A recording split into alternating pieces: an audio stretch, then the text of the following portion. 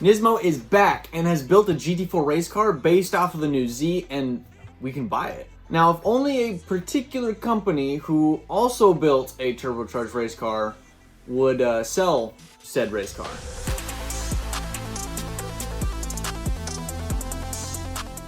So today, Nissan released the new GT4Z, which will be competing in racing competitions across the country, across the world. They built it to qualify for a number of different races and qualifications. And it'll be competing with the likes of the Porsche Cayman GT4 RS Club Sport and the new Mustang GT4 as well. It's gonna be super cool, and I kind of envy anyone that gets to buy one. I have kind of a fascination, and I feel like most enthusiasts do, have a fascination with taking a regular street car and turning it into a race car. And this new Z GT4 is just the newest version of that. Now, I really like this GT4. I haven't been a huge fan of the new Z. I've noticed that with a lot of new cars nowadays, I instantly compare it to the older version, and I don't really like it at first, but then slowly it starts to grow on me.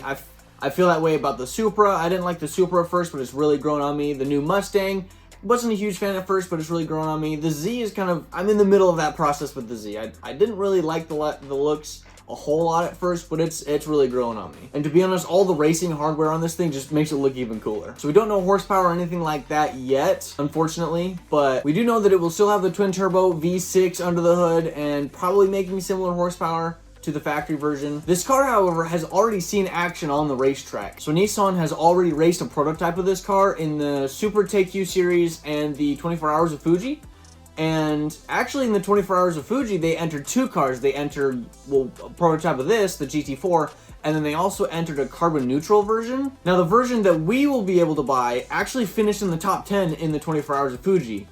The carbon neutral one, had a lot of repairs that apparently it broke down a few times. They had to repair stuff, and it ended up finishing second to last. But I mean, it's kind of cool that they were able to get this car in the 24 Hours of Fuji, and apparently the carbon neutral car ended up finishing 502 laps. That's pretty impressive. A lot of companies actually, especially the Japanese ones, are pushing hydrogen as like an alternative to gasoline. You know, they still want to keep internal combustion alive, which, thank you for that. And they're turning to hydrogen for that. And I didn't know Nissan was into this too. I knew that Toyota's definitely looking into it. I think Subaru was helping them out too. Mazda as well was interested.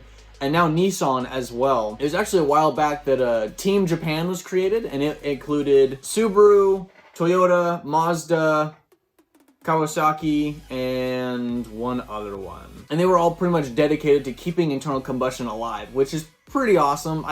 I don't know how well that's going to work out, especially with all these, you know, the states in the United States and countries out in Europe that are banning the sale of new gasoline engines. So I'm not sure how well this hydrogen play is going to play out, but if it works, I'm totally down for that. But to be honest, there's not a whole lot to talk about with this car. They released it, but we don't know the horsepower, we don't know downforce numbers. We just know that it looks awesome. It's got some racing cred already underneath its belt, and it's going to be able to be sold to customers. Now, this is a GT4 vehicle, and the difference between GT4 and GT3, for example, is that GT3, there's a lot more modifications. The cars are wider, and it's generally, I think GT3 is usually like a supercar thing. I know there's like an R8 GT3, a 570S. I think there's a Huracan. There's also an AMG GT that there's a GT3 version you can buy. So there's no GT3Z yet, but I mean, that'd be kind of cool to have a wide body Z for the racetrack. But as always, who cares what I think? I want to know what you guys have to say. Let me know in the comments below what you think of the new GT4 and if you would purchase the GT4. We don't know the pricing yet, but it's probably, I don't know, ballpark about 60,000, 70,000 maybe? I don't know, I could be way off. I know it's kind of a short video today, but if you enjoyed today's video, give a thumbs up and subscribe as well. That'd be really nice. But just like always, guys, I hope you have a great day, and I'll see you in the next one.